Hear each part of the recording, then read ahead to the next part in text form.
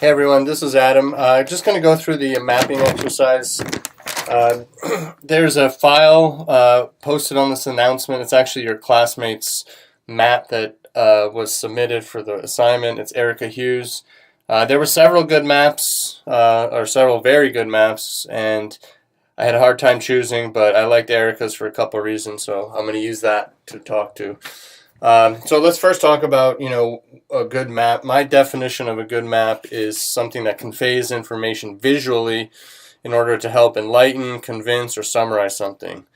For the context of this exercise, the main goal was to, number one, provide a snapshot of the current situation. And that situation, as you guys know, was a dirty bomb being detonated downtown DC outside the White House, and we're talking within hours of that happening, so chaos ensues.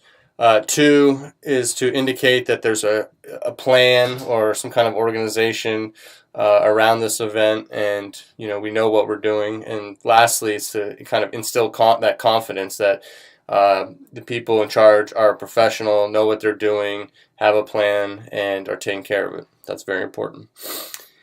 So what I like about this map is the simplicity. I really like the legend.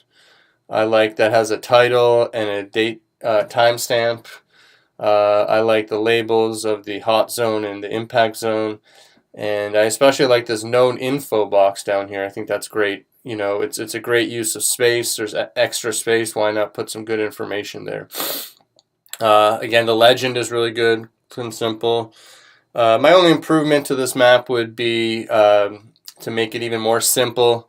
To do that, I would actually not use the imagery. I would actually just use a regular map with, and the reason I would do that, it would kind of be simpler. It'll create less busyness on the page, and it would actually, what I would like to have were some of the major street names or borders, in this case street names. So that would help me orient myself to where this impact zone is. If I see the streets, I can be like, okay, I know where the edge of that impact zone is along that street. So that would be my only suggestion. But otherwise, this was a very good map.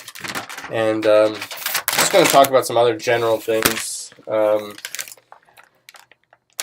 This exercise, just the point of this exercise is to show, you don't need to wait for a GIS or a mapping expert all the time. They'll probably make a nice fancier map, but wanted to show you that if you need to make a map on your own, it's possible.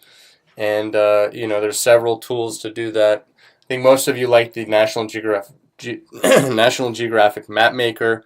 Additionally, there are some other ones, but I think National Geographic was a good one. This one was Erica chose Esri, which is another good one. But anyways, lots of tools. They're free. They're easy to use. You've used one of them. I recommend that you go and practice more and use some other ones. But yeah, early in a disaster especially, maps help everyone get on the same page. I'll give you some examples. After Katrina, I was at Corps headquarters, and it was, that first day was chaos. Everybody wanted to know, where the levee breaches were. That was kind of the big thing in the city of New Orleans. So me and another person basically did this. We had, roughly an hour. We generally knew the locations. We found a nice base map, and we just put some markers on where we thought where we knew the breaches were, and then that got distributed, out to thousands and thousands of people. But that was kind of became that was the first of many official maps of that incident, and that was a very critical part of it. Another example of maps is, during the 2004 Indian Ocean tsunami, I was working at the OFDA, which is Office of Foreign Disaster Assistance Operations Center in Washington, D.C. That's the FEMA International. They are part of the State Department, and I was attached to them, supporting their efforts.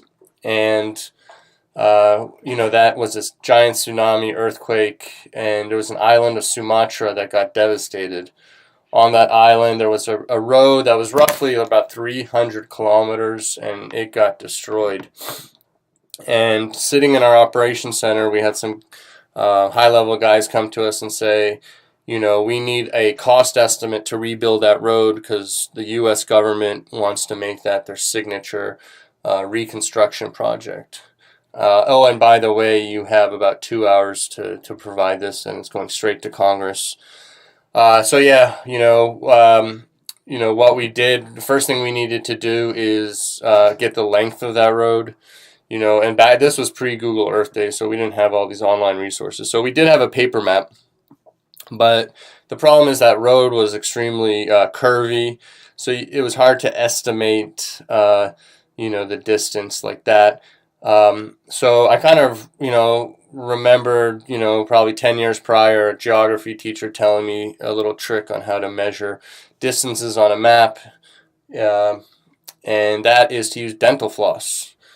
So luckily I found some dental floss. I took that piece of dental floss and traced the entire road and all its turns and twists, and then I cut it, and then I straightened it out, and then I just measured the length of that dental floss, and that gave me the length of the road.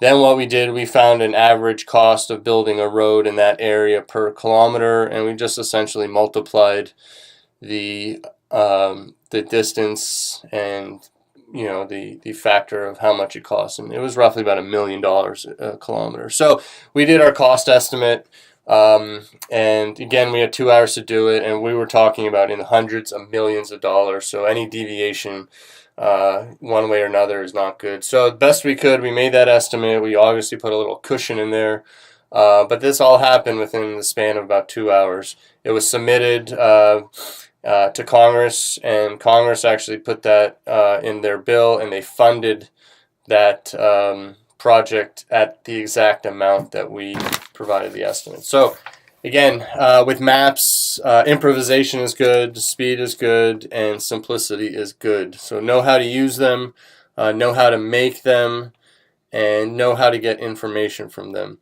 So you took some of those tutorials, so there's a lot more of those on that same site. They're good, and there's a lot of other free ones that are good.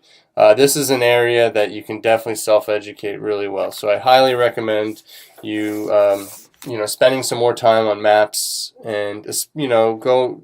What we did was real simple. You can go into the analysis and so on and so forth, but it's a very valuable skill to have.